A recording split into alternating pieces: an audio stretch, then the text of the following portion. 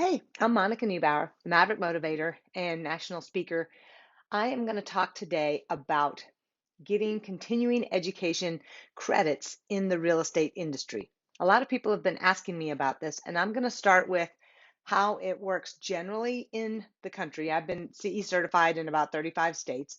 And then I'm also going to go narrow in the second part into Tennessee because that's the state that I live in, and I get that question most often from folks in Tennessee.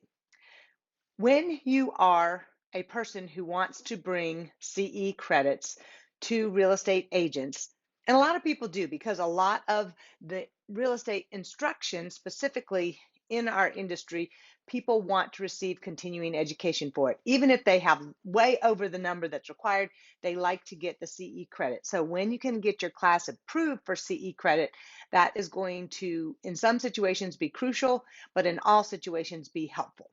So let's dig in. What does that mean? Well, each state has different requirements for how many continuing education credits the real estate agents need to get.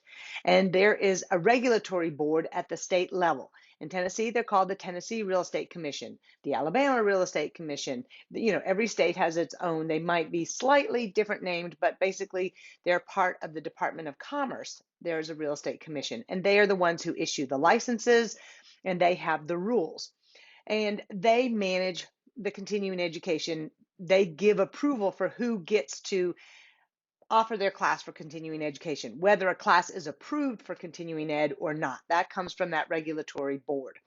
And each state has different things that are important to them.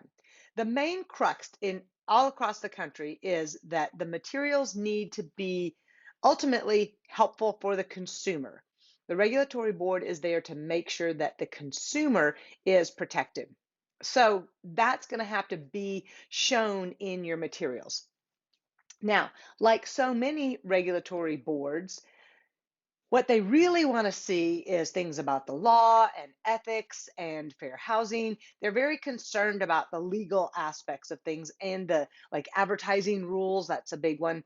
So every state can have a varied level of how strict they are on what gets approved or not. Some states really only approve, a small group of classes that fit in that very legal focus. And then other states allow a certain number more, and then some states allow almost everything. So you just because you have a course that's approved in one state doesn't mean it's going to be approved in another state. And the ones that can have some difficulty the most of the time, that only really go in the states that are very generous with their CE, those generally are marketing type classes, lead generation classes, and business planning classes. Those are the ones that can be difficult to get approved for continuing education. Okay, so let's get in a little bit further here about what people need. When you're applying for continuing education, every state there's levels of it. So you have the regulatory board, and then you have schools. And just like CE, in some states it's really easy to be a school, like Tennessee, and in some states it is very difficult to be a school, like Arizona. Okay, a lot fall in between, but they have different regulations as to what makes up a school. Many of the associations around the country are schools, or at least have the ability to either approve CE themselves, maybe like Montana, or they have the ability at least to hold the classes in their school or in their approval. So if you get hired by an association, they will let you know, can they hold the class and can they get it approved, or do they need to work with another school to get it approved? So it can be more or less complicated in that respect. I just want to set you up with the expectation that it's not done the same everywhere. Mostly, though, I find that the association can either give it approval themselves, or they are a school and can submit any materials to the state for CE approval. So generally, through the association, you can do that most of the time. Now, through a brokerage firm, generally they do not have school privileges unless they have some organization associated with them that is a school, but because they're owned by a brokerage firm, may have a little bit of conflict of interest. So that's something that has been a problem for me. I'll have a brokerage firm that wants to have classes for CE. Well, states have regulation about who can give CE, and generally CE cannot be offered in a brokerage's office, and it cannot be given only to that firm. It has to be more widely advertised. So brokerage firms have to jump through a few more hoops like that. They're not necessarily set up as CE providing organizations. Okay, with that kind of basis for that, the next layer, then, I'm going to talk about the process in Tennessee. If you're not in Tennessee, this may still be helpful, and I'll probably drop in a couple of little comments about what I've learned from other places. But I am going to be focusing on Tennessee. And most of the states have some similar things, and so I'll kind of share that as we go along. Now, in the state of Tennessee, the regulatory association is, well, I call them an association. The regulatory board, that's what they should be called, is the Tennessee Real Estate Commission. TREC, not to be confused with the Texas Real Estate Commission, TREC. So when I Google it, I do TRECTN in order to get the Tennessee board and not the Texas board. So when I go into the board, and I'm going to put in the notes below this video, I'll put a link to TREC and to the education pages that I'm referring to. Now, when you go there, there's a button that says education, and you go in there and everything can be found in there. That is the most specific piece of information I'm going to give you because people change their website sometimes. So, but there is an education button on the TREC website, and click on that, and that's where you'll find what you need. Now, when you get in there, here's kind of some of the things that you're going to need to have is, are you a school? If you're not a school, you need to decide, are you going to be a school or are you going to work with a school? Now, my suggestion is if you want to offer more than one class ever in the future, just sign up to be a school. In Tennessee, it's very easy. You have to do some little bit of coursework with them, and you pay your fee, and boom, I'm a school. Monica Neubauer School. There you go. It's really very easy. So I would encourage you in Tennessee to be your own school. Because then when you're your own school, any courses that you write, you can submit them for CE under your school. So if I write a class, I submit it for CE, then I own the course. There's no confusion that an association feels like they might own the course because I got CE through them. And that kind of happened a little bit at the beginning when I was starting to write a course. And I'm also going to do another video like this for how do I be a speaker, how do I be a trainer in the real estate industry. So we'll address that later. But in Tennessee, if you can have your own school, you will be able to keep up with your courses better. Okay. And that in other states could be an issue. So you get your own school, then you're going to submit your classes for CE. Okay. On that education button on the TREC website, when you go into education, they have a form that says an application for course approval. And you print that out. Almost every state has that kind of a form where it asks about who the instructor is, what's the class, you have to give some information, and then the school or the requesting body has to sign it. So that is almost consistent across all the states. So in Tennessee, I print out that form and that application. Now, since I'm a school, I can actually have other instructors teach my material through my school. So for a time there, my friend Misty, she was teaching some of my classes. And so she was also a named instructor in my school on these courses. I'm just doing my own things now, so I don't have that, but I could have other instructors teach my courses in Tennessee and use my numbers as my school. Now, I would still own the courses, but they can teach them if I give them permission. And that's also easy to do, just to add them to the list, especially if they're an approved instructor. I will make a quick sideway here. You do need to be an approved CE instructor in Tennessee. That also is quite easy to get approved with the board. It may not be as easy to get approved with an association, but it is easy to get approved with the Real Estate Commission. Okay, so you have school, you have instructor, you have classes. And they're all different application processes. Okay, so we've already gotten the school taken care of.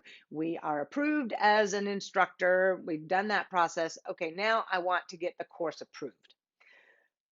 Okay, what do I have to do? Well, I have to print out that application for the course, and the application to be an instructor in a school, they're all on there as well. So I print out the application for my course approval, and this is actually where it gets a little bit more tricky. they don't ask for a lot. Well, that's not really true. The application is simple, but they do ask for a lot. I'm working on a class right now I'm going to submit. You fill it in, you have to say, is it a virtual class? Uh, the terminology is getting a little different now because, like, a classroom class, that's going to be a live class as opposed to an online or book class. That's online learning, and you have to be a certified instructor with Arello if you're going to offer classes that are only online. Okay, I'm not talking about that now. Those are with videos or books, and they have to have tests and ways you monitor people. That's online CE. That's not what we're talking about now. We're talking about I'm applying for a course that is for live classroom or live virtual, which means I can do it on Zoom. It has to be live, and we have to have everybody on their camera. So those are the kinds of classes that I'm talking about right now. If you're applying for CE for a live classroom class, here's what you're going to need. You're going to need the application that we've just been discussing. And on that, it's going to ask you what's the title of the course. You'll circle classroom course. And it also is going to ask you further down, how does this increase professionalism for agents in Tennessee? And it's also going to ask you, how does this fall into what they call our legal categories? Actually, that's my interpretation. I'm not sure what they call it, and I'll have to put the link down in there. You have to get the TREC rules. And in the TREC rules, they talk about education. And the first part of the part that talks about education is where they're talking about pre-licensing education and post-licensing education, and then the annual core education. Well, those are not the sections that you're going to be looking at. For continuing education, there's about 15 or 16 items there that you need to look at, and you need to say, does your course talk about any of those topics? It's like buyer agency, appraisal, financials, fair housing, ethics, professionalism, and some of those that aren't as legal will fit in that professionalism category. Though I can often find agency as well. It's for buyer agency or seller's agency. You'll get more skilled at that. But it's also kind of a wake up call to say, oh, that's what they really want topics about. Am I bringing something that's relevant to those topics? Well, no, but I am bringing something relevant. So it'll make you think about your course and what you've written. Sometimes I will go back to my courses and make sure I add some of those applications of ethical or legal points to the material to make sure that I go over those, and that often will satisfy the regulatory board in a state. Again, in Tennessee, I don't usually have a problem with it, but I am a person who knows that's what they're looking for, and I always want to take every opportunity to remind the agents in my class about the code of ethics and about the law, just so they understand these are the regulatory boards for the industry that you're in, and they're relevant to every part of your life. So look for how that is. And if your course doesn't have anything relevant to that, take a look at the code of ethics or at the law and see if what you're teaching about has some relationship to advertising or customer care or something like that. Okay. So you've got your course, you've written it. Now what form does it need to be in, and how do I need to submit that? Well, generally, when I write a course, I'll start with an outline. I'll just kind of brain dump ideas on there and maybe put together an outline. And most of the associations and the regulatory boards want a timed outline. So once I do my brain dump, I put it into some form of an outline, and how much time do I want to spend on each subject. And you can do that in Microsoft Word. It can be done in Excel. And when I put the things in order and I say, okay, I have 1, 2, or 3 hours, I start kind of figuring out how long they're going to take. I kind of move things around a little bit. Oh, maybe I want to talk about this more, or I don't need that. And sometimes I'll put some of the underpoints in there just to give clarity about what I'm talking about. A timed outline can be pretty short, or it can be more detailed. And generally, pretty short is okay. But sometimes I include a little bit more information just because that shows them that I am incorporating things that are important to them. All right, so you have the timed outline, and The next thing you're going to need is your teaching materials. And not every state requires this, but most of them do. They want to see what other materials you're going to use to teach the course. Generally, that's going to be your PowerPoint and any handouts that you have. Now, if you don't have a handout, you don't need to turn that in. And I could probably turn in a timed outline and the PowerPoint for credit and add a handout later. But personally, doing a handout is really important to me, and I want to do the handout while I'm on the material and thinking about it, because that can help me move back and forth with material. For example, I have a class that I have already submitted to people. I've written a description and takeaways and a course title.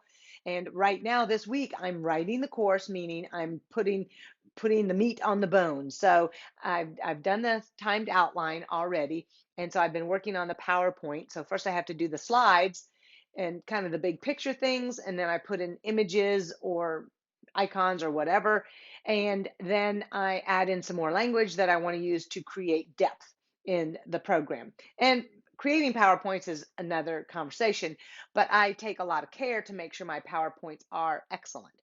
So I complete the PowerPoints and then I start to work on my handout. What points from the PowerPoint do I want to cover? That I want to have like maybe some room for them to take notes. More and more people don't have a paper copy of the handout. So they're going to be taking notes generally on their own paper, not always on the handout. So what I've taken to putting in the handout are some extra resources and links, because they'll usually get a PDF copy of it. So you can put some links in there that they can click right over to where you want them to go, resources and things like that.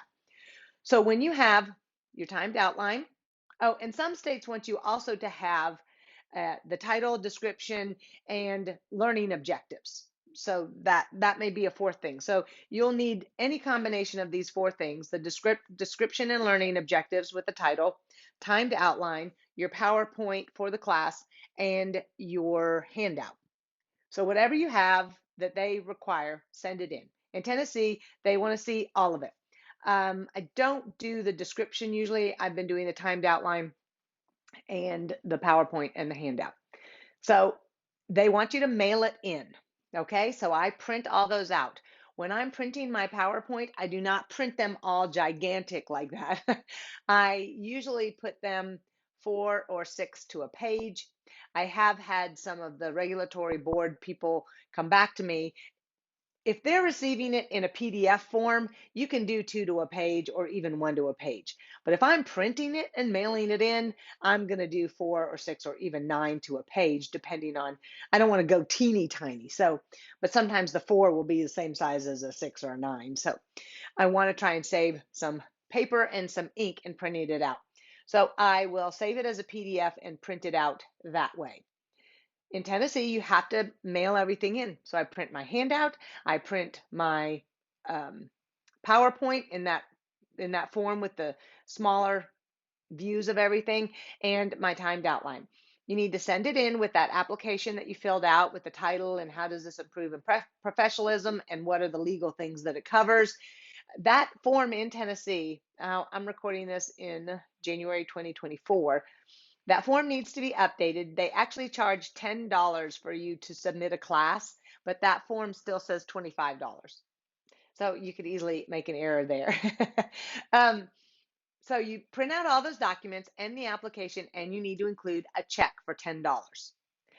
A check is the only way they will receive money from you. There's nowhere online that you can pay for that class, and you cannot just email it into the education director. It must be mailed in, and it must be mailed in a reasonable amount of time, because they need to get it before the 15th of the month so that it can be reviewed by the commission in their next month's meeting.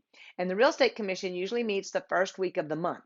So currently, Ross White is the education director, and he's very easy to communicate with and very friendly. So if you want to have some questions or just start some conversation with him, he's very helpful. I've found the vast majority of the regulatory boards that I've worked with have been very easy to get on email, and most of them are helpful. Some of them are really strict, but even if they're really strict, that doesn't mean they're not helpful. They might give you some guidelines to how they want you to change the course up. So you want to get to know those folks, the regulatory folks, a little bit. So Ross White is currently in 2024 the education director. Now, there's no online portal. So like right now, I'm finishing up. When I'm finished these videos, I'm going to finish my handout because I need to get this in the mail so that they will get it by the 15th, so that they will consider it on the 1st. And this becomes really important if you set a date for a class and you don't have the materials already approved. You want to make sure you have plenty of time to get the materials finished, if they're not already finished, sent in and approved. And I think they don't meet one month in the summer. So you may want to check on that as well. So it's always best to be working a little bit farther in advance. Some states work much quicker than that, but that's the Tennessee process. So you have to plan a little bit farther in advance for that. Now I'm thinking I'm done with things on my list. Just to wrap up, they're going to generally have it approved in about that 3-week period. If you're in a hurry to get the approval number, you can email Ross and ask for it. They will send you a letter in the mail, but it'll come a little bit later, confirming that your course has been approved. I've never had a class not approved in Tennessee, so I don't know how they handle that. I have had them not approved in other states though, and the association will say, well, we didn't expect that one was going to be approved, so that's fine. Or they're letting us rework the class and here's what we need to talk about. Okay. So sometimes I will let association people help me with my outlines because I want to make sure I'm covering things that they feel is important to be covered so that we can get it approved for CE. So when you find out your class is approved, then you can teach the class and give CE. There you go. You've done all this process. There's one other important thing that I need to mention is when you're approved as a school, they're going to set you up with some software, cebroker.com. So the Tennessee Real Estate Commission is working with that company now to manage all of our CE. So you will become a school on cebroker.com, and you're going to need to watch the videos in there about how you need to upload and turn in the people who come to your class. Because if you own your school, you're going to have to be the one to upload that CE approval. And so it's very specific about the instructor, not instructor name, the code for the class, the code for the school, the date of the class, the license number, and then there's some other information I'm not going to talk about right now. It's important, but you can see it on the video. So you have to have the spreadsheet done exactly right. And then once the spreadsheet is right, the upload is easy, and then it will be processed and they will have a record of their CE. So that's part of your responsibility. Depending on who you're working with, I generally work with people who give me the final copy, which is almost always completely finished. I mean, generally have license number and some things that are finished in it. So it's not hard to finish it unless some of the numbers are wrong or whatever. If you just have the students' names and not their license number, though, you're going to have to go look them all up, and that is very difficult. So you want to make sure you get their license number either on their class registration or when they sign in, or maybe both, because if you don't have their license number, you're going to have to go look them all up. All right, I think this has been a pretty good overview of how you get CE for real estate classes in Tennessee. So I'm going to be sending this out to my friends. If you've seen this and you've asked me about this, please watch this first and then we'll talk. All right, thanks.